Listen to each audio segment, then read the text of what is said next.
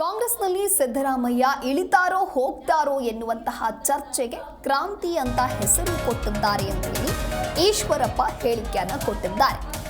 ಡಿಕೆಶಿ ಬಾಗಿಲು ಒದ್ದು ಒಳಗಡೆ ಬರ್ತಾರೋ ಗೊತ್ತಿಲ್ಲ ಅಂತ ಹೇಳಿ ಶಿವಮೊಗ್ಗದಲ್ಲಿ ಮಾಜಿ ಡಿಸಿಎಂ ಈಶ್ವರಪ್ಪ ಈ ರೀತಿಯಾಗಿ ಹೇಳಿಕೆಯನ್ನು ಕೊಟ್ಟಿರುವಂಥದ್ದು. ಸುರ್ಜೇವಾಲಾ 40 ಜನರನ್ನ ಕರೆದು ಮಾತಾಡ್ತಾ ಇದ್ದಾರೆ.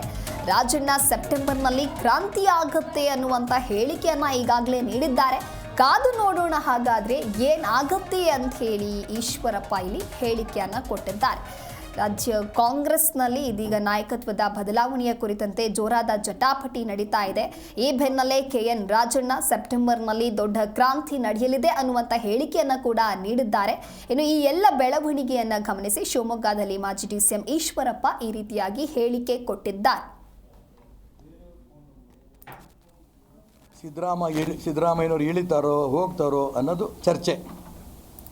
ಅದಕ್ಕೆ ಕ್ರಾಂತಿ ಅಂತ ಪದ ಕೊಟ್ಟಿದ್ದಾರೆ. ಅಂದರೆ ಕೆಲವರು ಅವರು ಇಳಿತಾರೆ ಅಂತ ಲೆಕ್ಕ. ಕ್ರಾಂತಿ ಅಂದ ತಕ್ಷಣ ಸರ್ಕಾರವೇ ಬಿದ್ದೋಗ್ಬೋದೋ ಗೊತ್ತಿಲ್ಲ ನನಗೆ. ಡಿ ಕೆ ಶಿವಕುಮಾರ್ ಬಾಗಿಲೋದೊಳಗೆ ಬರ್ತಾರೋ ಅದು ನನಗೆ ಗೊತ್ತಿಲ್ಲ. ಸುರ್ಜೇವಾಲಾ 40 ಜನಕ್ಕೆ ಕರೆದು ಮಾತಾಡ್ತಾರೆ, ಗಮನಿಸಿ.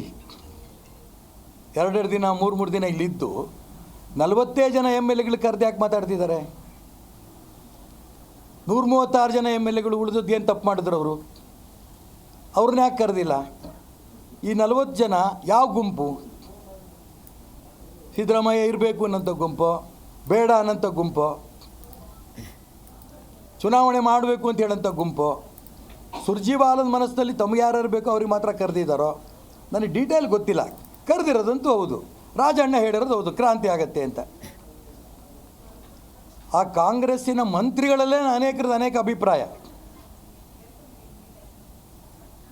ಮುಖ್ಯಮಂತ್ರಿಗಳು ಅದನ್ನೇ ಹೇಳ್ತಿದ್ದಾರೆ, ರಾಜಣ್ಣ ಹೇಳಿದ ಲೆಕ್ಕದಲ್ಲಿ ಇಟ್ಕೋಬೇಡಿ. ಕೆಲವು ಮಂತ್ರಿಗಳು ಹೇಳ್ತಾರೆ ರಾಜಣ್ಣ ಹೇಳಿದ್ದು ಸೀರಿಯಸ್ ಆಗಿ ತಗೊಳ್ಳಿ. ಹಾಗಾಗಿ ಏನು ಕ್ರಾಂತಿ ಆಗುತ್ತೋ ಏನು ಬಿಡುತ್ತೋ ಗೊತ್ತಿಲ್ಲ. ನೋಡೋಣ, ಕಾದು ನೋಡೋಣ ಏನಾಗುತ್ತೆ ಅಂತ. ಸಿದ್ದರಾಮಯ್ಯನವರು ಇಳಿತಾರೋ ಹೋಗ್ತಾರೋ ಅನ್ನೋದು ಚರ್ಚೆ. ಅದಕ್ಕೆ ಕ್ರಾಂತಿ ಅಂತ ಪದ